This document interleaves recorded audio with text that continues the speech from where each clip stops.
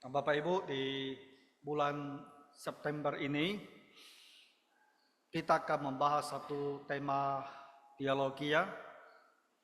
Itu satu pertanyaan yang sangat mendasar ya.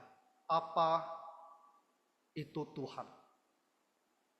Nah, tentu kita mempunyai pengetahuan tentang siapa Tuhan, tapi studi kita di bulan ini akan memberikan kita satu pemahaman yang lebih sempurna ya tentang siapa itu Tuhan.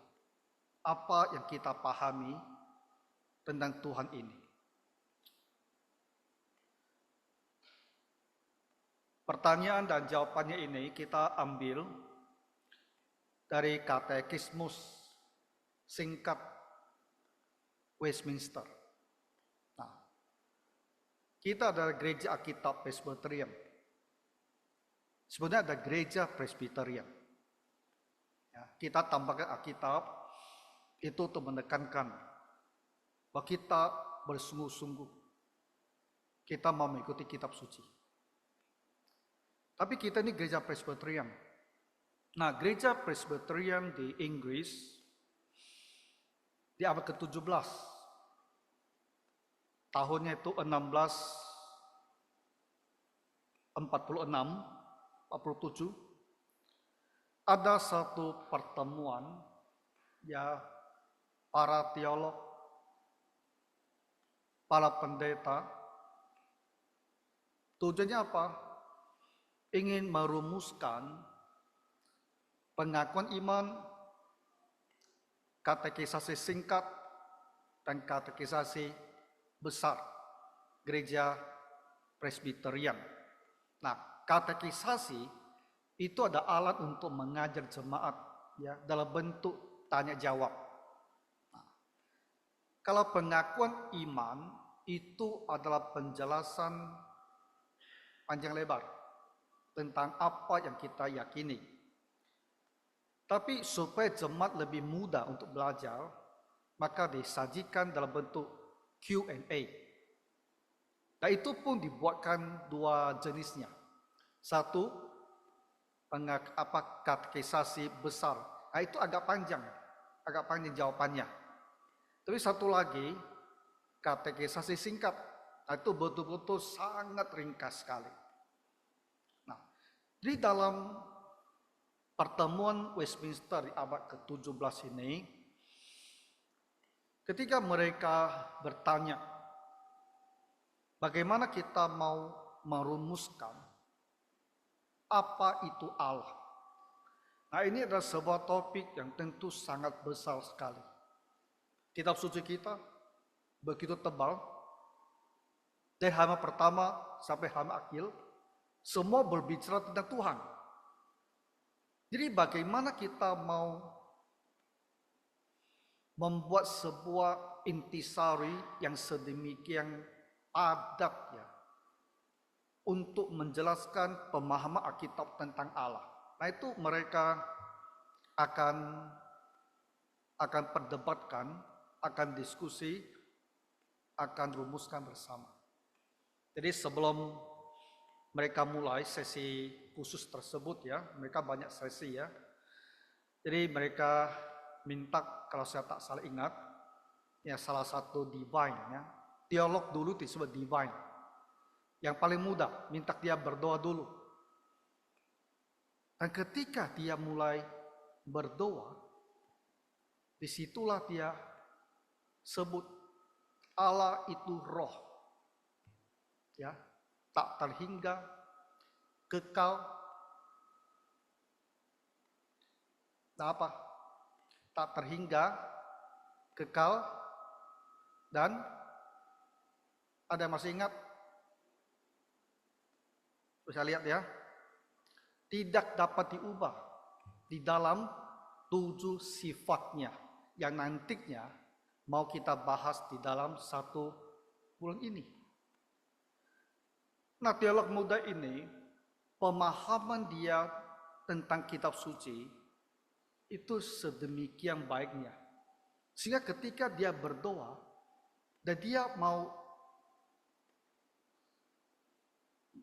menyerukan sesuatu tentang Tuhan, intisari seluruh kitab suci tentang Tuhan itu dia sebutkan gitu. Jadi setelah dia selesai berdoa, mereka tidak perlu debat lebih panjang lagi. Bagaimana mau mendefinisikan Allah itu apa? Hanya mereka mempelajari, ya setiap statement, setiap sifat Allah itu dicarikan ayat-ayat yang kitab suci yang menjelaskan sifat-sifat Allah tersebut. Nah, hari ini yang mau saya bicarakan adalah tiga kata mengenai Tuhan, dan tiga kata inilah yang akan mengontrol nantinya 7 sifat Tuhan. Nah, saya jelaskan dulu tiga kata ini artinya apa. Minggu depan setiap sifat Tuhan itu dijelaskan, kemudian dihubungkan dengan ketiga kata keterangan ini. Ya, nah sekarang kita lihat. Kita akan mengutip 3 ayat ya untuk masing-masing 3 kata ini, yaitu Allah itu adalah roh, apa? Tak terhingga, kekal, dan tak bisa diubah dalam ke-7 hal berikutnya. Nah, sekarang kita lihat pertama. Allah itu adalah roh. Nah, itu kita udah pahami. Jadi saya tidak uraikan lebih lanjut. Roh artinya dia tidak punya bentuk, tidak punya jasmani. Hanya ketika anak Allah menjelma menjadi manusia, barulah dia mengambil jasmani. Tapi Allah itu adalah roh. Nah, Allah itu adalah roh yang tidak terbatas. Benar ya? Allah itu roh yang tidak terbatas. Nah, ketika kita bilang Allah itu tidak terbatas, itu apa kita maksudkan? Bagaimana kita memahami kata ini? Nah, ayat firman Tuhan yang mau kita bacakan adalah di Mazmur 147 ayat 5. Ini kita ambil satu ayat saja untuk mendukung pernyataan ini. Besarlah Tuhan kita dan berlimpah kekuatan. Kebijaksanaannya tak terhingga. Untuk Mazmur 147 disebut sebagai tak terhingga. Tapi itu maksudnya sama, tidak terbatas. Nah, jadi tidak terhingga, tidak terbatas, itu artinya apa? Itu tidak ada ujungnya gitu. Terus menerus ada. Tidak ada akhirnya. Tak bisa diukur sampai selesai. Nah, minggu-minggu akan datang baru kita dalami. Allah yang tidak terbatas, yang tidak terhingga, yang tak ada ujungnya, yang tak ada akhirnya, tak bisa diukur sampai selesai. Dalam hal apa? Dalam, coba lihat lagi yang 7 sifat itu. Dalam keberadaannya, hikmatnya, kuasanya, kekudusannya, keadilannya, kebaikannya, dan kebenarannya. Ya. Jadi semua sifat-sifat ini, dia itu ya, kalau kita bisa quantify dia, kalau bisa dianggap sebagai sebuah hitungan, dia itu jumlahnya jumlahnya tak bisa dihitung. Begitu banyaknya sehingga tak bisa dihitung. Itu maksudnya. Nah, dalam ayat ini di Mazmur 147 ini, maka yang dia bilang itu adalah kekuatan atau hikmat kebijaksanaan Tuhan itulah yang tidak terbatas. Ya. Nah, dan bagaimana ayat ini berhubungan dengan kita? Ketika kita tahu bahwa kekuatan Tuhan, kebijaksanaan Tuhan itu tidak ada batasnya, begitu luas sampai kita bisa mengukurnya. Ketika kita tahu hal ini, apa pengaruhnya terhadap diri kita? Bagaimana kesan kita tentang Tuhan? Nah, saudara-saudara, yang pertama itu harus muncul rasa kagum kita yang mendalam tentang Tuhan. Wah, ternyata Allah kita ini begitu besar. Di sini kekuatan dan hikmatnya itu begitu besar sampai tidak bisa dihitung. Jadi harus ada rasa kagum. Jadi ketika kita datang beribadah baik di rumah maupun di gereja, kita tuh harus selalu berpikir, begitulah besarnya Tuhan Allah kita itu. Ya tak terbatas dan tak terhingga. Dan kita ingin ya dengan setulus hati, sesungguh-sungguh hati kita ya memuji dan memuliakan Tuhan Allah kita. Rasa kagum itu harus menyelimuti hati kita. Kemudian kita juga bisa merasa kalau kekuatan Tuhan adalah sedemikian besarnya, tak ada batasnya, maka pada masa sulit, ketika keadaan kita penuh dengan kesukaran, dan kita tentu berharap ya Tuhan akan menolong. Nah di saat seperti itulah pemahaman bahwa Tuhan kekuatannya itu tak terhingga akan membuat kita suatu keyakinan bahwa Tuhan pasti mampu untuk menolong saya. Kesulitan saya itu pasti akan bisa teratasi. Kita harus bertekun, bersabar, waktunya sampai sesuai dengan waktu Tuhan, Dia akan menolong kita. Karena Dia begitu kuat, Dia mampu untuk menolong kita. Jadi kita bersyukur pertama bahwa Tuhan Allah kita adalah tidak terbatas. Lalu hal yang kedua adalah kekal. Dan kita lihat di Mazmur pasal 90 ayat yang kedua. Sebelum gunung-gunung dilahirkan, bumi dan dunia diperanakkan, bahkan dari selama-lamanya sampai selama-lamanya, Engkaulah Allah. Dari selama-lamanya sampai selama-lamanya, itulah kita maksudkan bahwa Allah itu kekal. Jadi kekal itu artinya apa? Dia tidak ada awalnya dan tidak ada akhirnya. Dia terus-menerus ada. Ya, baik dahulu, sekarang maupun masa depan. Tidak ada waktu di mana Allah itu tidak ada. Jadi nanti sifat-sifatnya itu semuanya itu juga kekal adanya. Kalau kita bilang dia itu baik, maka dia baik selama-lamanya. Dia tak pernah tidak baik. Nah itulah dia maksudkan. Gunung kita tahu, gunung itu ada awalnya. Ketika diciptakan gunung itu baru ada.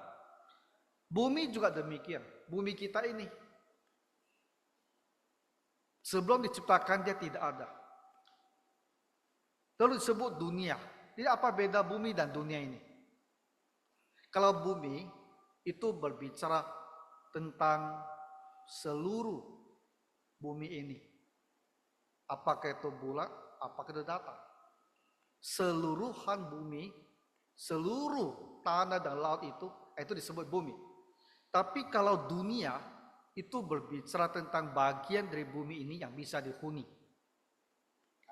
Bagian dari bumi di mana ada air bersih, di mana tanaman bisa tumbuh, manusia bisa hidup di situ ada makan di situ. Nah itu disebut sebagai dunia. Nah Mazmur bilang semuanya ini tidak kekal karena ada permulaannya. Tapi beda dengan Tuhan Allah. Allah tidak ada permulaan. Dia sudah ada ketika bumi dan gunung dan dunia masih belum ada. Nah, sekarang kita lihat juga, kalau begitu sifat Allah bahwa dia itu kekal, bagaimana pengetahuan ini bisa menolong kita sebagai orang Kristen. Nah, Bapak Ibu, Allah itu kekal. Maka kita harus mempunyai satu perspektif, cara pandang terhadap hidup ini dari sudut kekekalan. Dunia kita itu sifatnya temporal, sementara.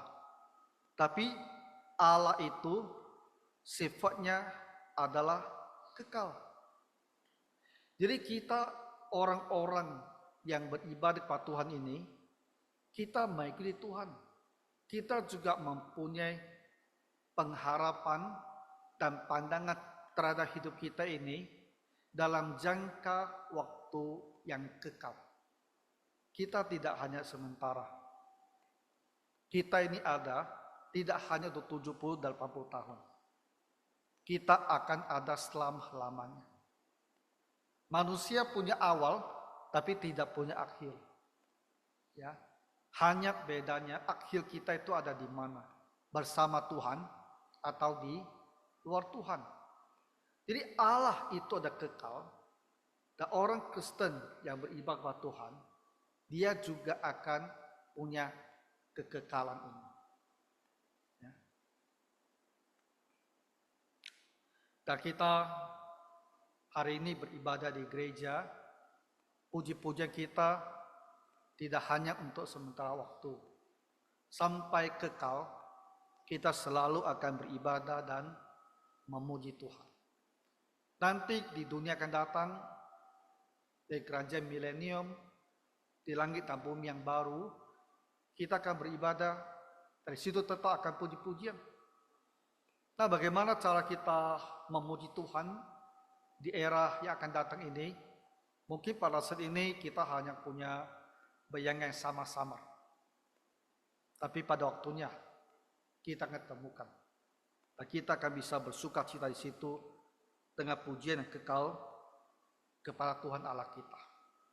Nah, yang ketiga, dikatakan bahwa tidak dapat diubah. Ya. Dan firman Tuhannya adalah di Yakobus pasal pertama ayat ke-17. Setiap pemberian yang baik, setiap anugerah yang sempurna datangnya dari atas, diturunkan dari Bapa segala terang. Padanya tidak ada perubahan atau bayangan karena pertukaran. Ketika kita bilang Tuhan itu tidak berubah atau tidak bisa diubah, maksudnya apa? Maksudnya Tuhan Allah itu konsisten. Dia selalu begitu. Kalau dia hari ini baik, dia terus menerus dia itu baik. Tak ada waktu dia menjadi tidak baik, dia tidak berubah-ubah. Ya. Kalau dia hari ini adalah Allah yang maha kuat, maha kuasa, maka selamanya dia akan maha kuasa, dia tidak berubah. Jadi apa yang dibicarakan di Yakobus 1 ayat 17 ini? Nah, dia bilang setiap pemberian, setiap anugerah yang sempurna datang dari Tuhan. Jadi Tuhan memberikan yang baik kepada kita. Tuhan itu tidak berubah, maka dia selalu akan memberikan yang baik kepada kita. Dia tidak akan memberikan yang jahat kepada kita. Inilah sifat Tuhan yang terus-menerus sama, yang konsisten ini. Lalu bagian ujungnya kita mungkin bertanya, apa maksudnya? Diturunkan dari Bapa segala terang, padanya tidak ada perubahan atau bayangan karena pertukaran. Padanya tidak ada perubahan, kita bisa paham. Artinya dia tidak diubah, dia tidak berubah, dia tetap sama, dia konsisten. Tapi bayangan karena pertukaran itu maksudnya apa? Bapak Ibu pernah tak baca ayat ini? Lalu kau pikir, apa yang dimasukkan oleh Yakobus ini? Begini ya, saya jelaskan. Bayangan. Bayangan kita itu berubah-ubah. Berkaitan dengan sumber pencahayaan. Kalau saya berdiri di sini, datang sumber cahaya di depan, bayang saya di sini. Betul kan?